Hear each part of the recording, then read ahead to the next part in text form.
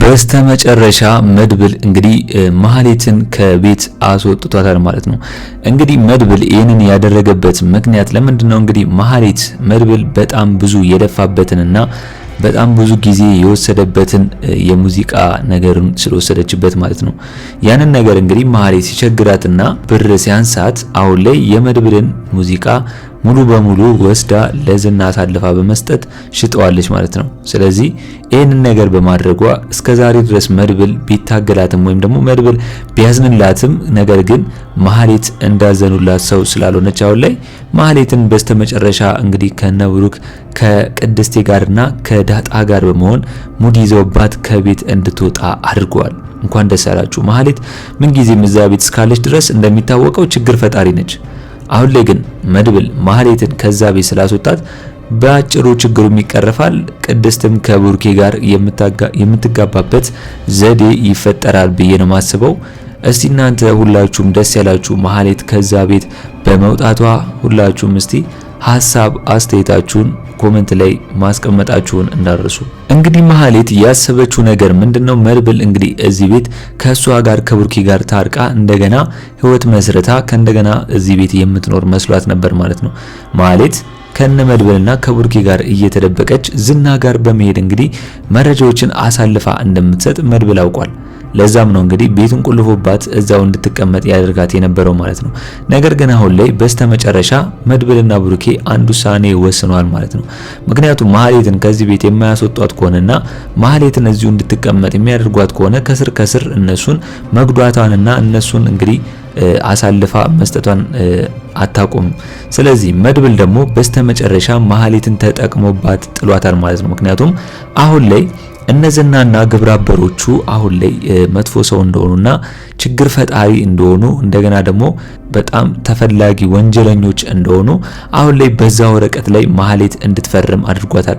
ማህሌትን የፈለጉበት ምክንያት ለምንድነው? አንደኛ እሷን መስካሪ ሊያደርጓት ስለፈለጉ ነው ማለት ነው። ከዝና ጋር ጥብቅ ግንኙነት ስላላቸውና ከዝና ጋር ስለሚሰሩ ማህሌት አሁን ላይ የእሷ ምስክር እዛ ወረቀት ላይ ካለና ፊርማዋን ስላስቀመጠች አሁን ላይ እዛ ቤት መቀመጧ ምንም ስለማትሰራ ነው መድብል እንድትወጣ ያደረገው ማለት ነው። ነገር ግን ማህሌትን ብትሆን ከዛ ቤት ሳትወጣ የመድብልን ሙዚቃ ዘርፋ እንግዲህ ለራሷ ነገር አድርጋለች ብርም ስለሌላት ማለት ነው። ስለዚህ በዚህ አማካኝነት ማህሌትን ከዚህ ቤት በስተመጨረሻ እንግዲህ ላትመለስ ነው የሸኟት ብዬ ነው ማስበው። ይህንን መወሰናቸው እንግዲህ ከቀናት በፊት ወይም ደግሞ አሁን ሳይሆን ከዚህ በፊት ቢያስወጧት ነበር። ነገር ግን አሁን ላይም ቢሆን አረፈደም ማህሌት መውጣቷ በጣም ነው ደስ ያለኝ። ነገር ግን ብሩኬና ቅድስት ጋብቻቸውን በቅርብ ቀን መፈጸምና ማድረግ አለባቸው ማለት ነው። ማህሌት ብትመለስ እንኳን ወይም ደግሞ ለመመለስ ካሰበች ቅድስቴና ብሩኬ ተጋብተው አንድ ላይ ሆነው ማየት አለባት ብዬ ነው ማስበው። እስኪ እናንተስ በዚህ ጉዳይ የተሰማችሁን ሁላችሁም ሐሳብ አስተያየታችሁን ኮሜንት ላይ ማስቀመጣችሁን እንዳትረሱ። ምሳሌ ክፍል 127 ቶሎ እንዲለቀቅ ሁላችሁም ኮሜንት ላይ ክፍል 127 ቶሎ ይለቀቅልን በማለት ይህንን ቪዲዮ ላይክ በማድረግ ይጀምሩ። እንግዲህ እንዳየነው ከሆነ አሁን ላይ ዝና ትህትናን ከዚህ በኋላ ከሷ ጋር መሆን እንደማይፈልግና እንደ ድሮ እሷን ለማጥመድ ያደረገው ነገር አብቅቷል ማለት ነው። ዝና ትህትናን የፈለጋትና እንደገና ደግሞ በሷ እንዲሳብ ያደረጉት ነገር ምንድነው? አንደኛ ትህትና መፍራት እንደሌለባት በውስጧ ወይም ደግሞ ፍርሃት የለባትም በጣም ደፋር እንደሆነች ካየ በኋላ ነበር። አሁን ግን ትህትና በዚሁ አካሄዷ ከሆነ መቼም ቢሆን ከዚህ ቤት እንደማትወጣ ስላወቀችና ስለተረዳች አካሄዱን ቀይራ ነበር ወይም ደግሞ ዝናን ወዳለው አፈቅራለሁ በሚል ምክንያት እንግዲህ ከዛ ቤት ለመውጣት ብትፈልግም ነገር ግን አሁን ላይ ዝና የሉላ ነገር እንደገና ተከስቶበታል ማለት ነው። በማን በጠበቃው ጉዳይ። ምክንያቱም ጠበቃው አሁን ላይ እንግዲህ ከሉላ ጋር ከዚህ በፊት ግንኙነት እንዳለውና ለነሱ ንብረታቸውን ሀብታቸውን ሊያስመልስላቸው እንደሆነ ነበር የነገረው። ነገር ግን አሁን ላይ ዝና ያላመነው ነገር ጠበቃውን ምንድነው? ጠበቃው ሉላን ሊደፍራትና እሷን እንግዲህ ሊያሰቃያት እንደሞከረ አውቋል ማለት ነው። ዝና እጁ ረጅም ስለሆነ ይህንን ነገር ጠበቃው ሊያደርግ ይችላል ብሎ ነበር ያሰበው። አሁን ላይ ዝናው ሉላ ከመጣች በኋላ ወይም ደግሞ ሉላን ካገኛት በኋላ ሉላ ቃሏን ከሰጠች ወይም ደግሞ ጠበቃው እያስቸገራት ከዚህ በፊት እንደነበር ካወቀ መቼም ቢሆን ዝናው ጠበቃውን ለአንዲትም ሰከንድ ወይም ደግሞ ደቂቃ አያስቀምጠውም። ወዲያው ነበር የሚያጠፋው ወይም ደግሞ የሚገለው ማለት ነው። ስለዚህ አሁን ላይ እንግዲህ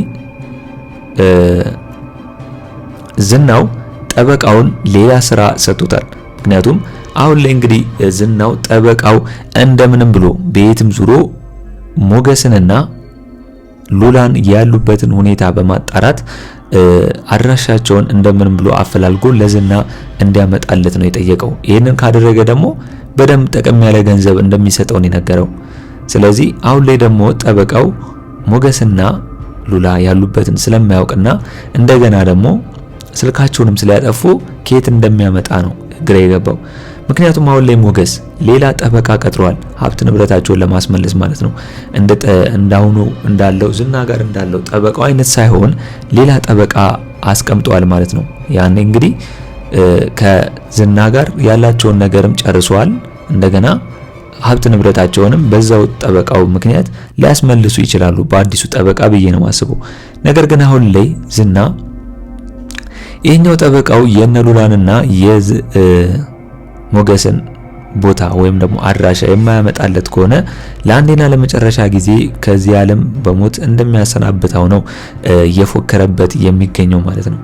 አሁን ላይ ጠበቃው በጣም ደንግጧል። ምክንያቱም ዝና ይህን ያህል ሉላን እንደሚወዳትና እንደሚያፈቅራት ካወቀ በኋላና ከሱ ውጪ ማንም ሰው እንዳይነካት እንደሚፈልግ ካወቀ በኋላ ደንግጧል። እሱ እንደዚህ አልጠበቀም ነበር ማለት ነው።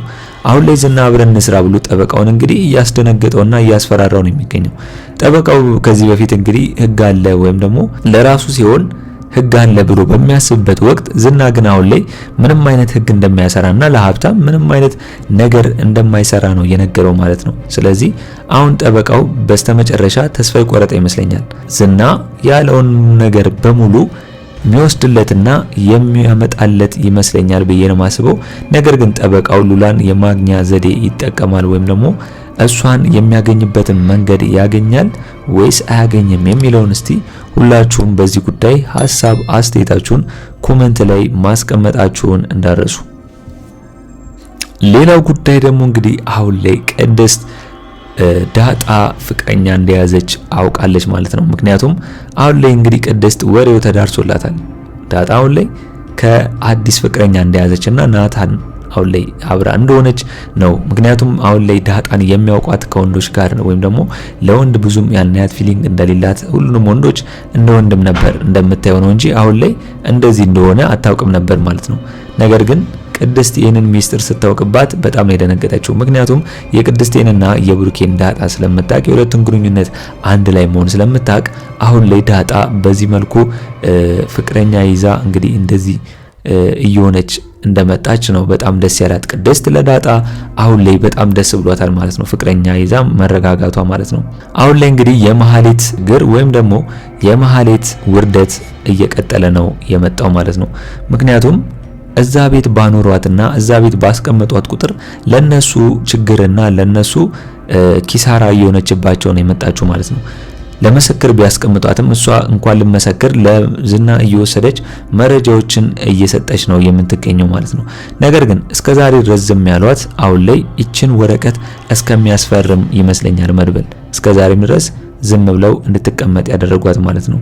ስለዚህ አሁን ላይ ያንን ወረቀት ላይ መፈረሟ ራሷ በራሷ ችግር ውስጥ እንደገባች ግልጽ ነው ማለት ነው። በእነዝና በኩል ለብሩኬና ለመድብል ይሄ ነገር በጣም ጠቃሚና ትልቅ ነገር ሲሆን፣ ነገር ግን ዝና ላይ መፈረሟና እነዝና ወንጀለኞች ናቸው ብላ ምስክር መስጠቷ በፊርማ ለሷም ትልቅ ችግር ውስጥ እንደገባች ነው የታወቃት ማለት ነው። አሁን ላይ መሐሌት እንግዲህ ከዛ ቤት ስትወጣ እየፎከረች ነው የወጣችው ማለት ነው። ይህንን ነገር መደረግ የሌለበት ነገር ነው ወይም ደግሞ እሷ እንዳሰበችው ይሄ ነገር ስላልተፈጸመላት በጣም ነው እየተናደደች ያለችው። ስለዚህ ነገር ግን መድብል በስተመጨረሻ ይሄንን ውሳኔ መወሰኑ በጣም ትልቅ ነገር ነው ብዬ ነው ማሰበው። ብሩኬም እንግዲህ በመሐሌት መታለልና ማህሌትም ከዚህ በኋላ እንግዲህ ብሩኬ ላይ የምትጫወትባት አይመስለኝም። ከቅድስቴ ጋርም ሰጣ ገባ የማለቱን ነገር ታበቃለች። ስለዚህ ቅድስትና ብሩኬ በስተመጨረሻ አንድ ላይ ሆነው ይጋባሉ ብዬ ነው ማስበው። እስኪ እናንተስ በዚህ ጉዳይ ሁላችሁም የተሰማችሁን ሐሳብ አስተያየታችሁን ኮሜንት ላይ ማስቀመጣችሁ እንዳረሱ። ሌላ ጉዳይ ደግሞ እንግዲህ ትህትና ነች። ትህትና እንግዲህ በያዘችው ጠርሙስ ዝናን መታ ከዚህ ቤት ለማምለጥ ሙከራዋ አልተሳካም ማለት ነው።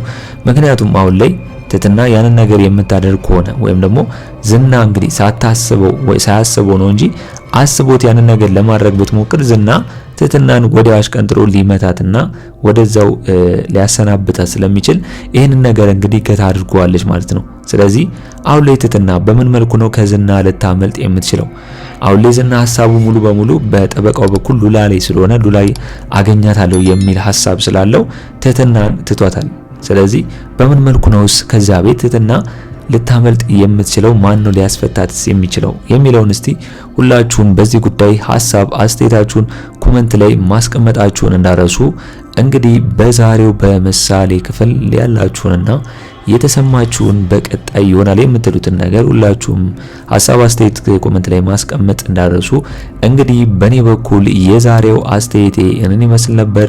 ለቻናሌ አዲስ ከሆናችሁና ሰብስክራይብ እስካሁን ያላደረጋችሁ ካላችሁ ሰብስክራይብ በማድረግና የደወል ምልክቱን በመጫን ቤተሰብ እንድትሆኑን በአክብሮት እንጋብዛለን። በቀጣይ ክፍል እስከምንገናኝ ድረስ መልካም ቆይታ ይሁንላችሁ። ቻው ቻው።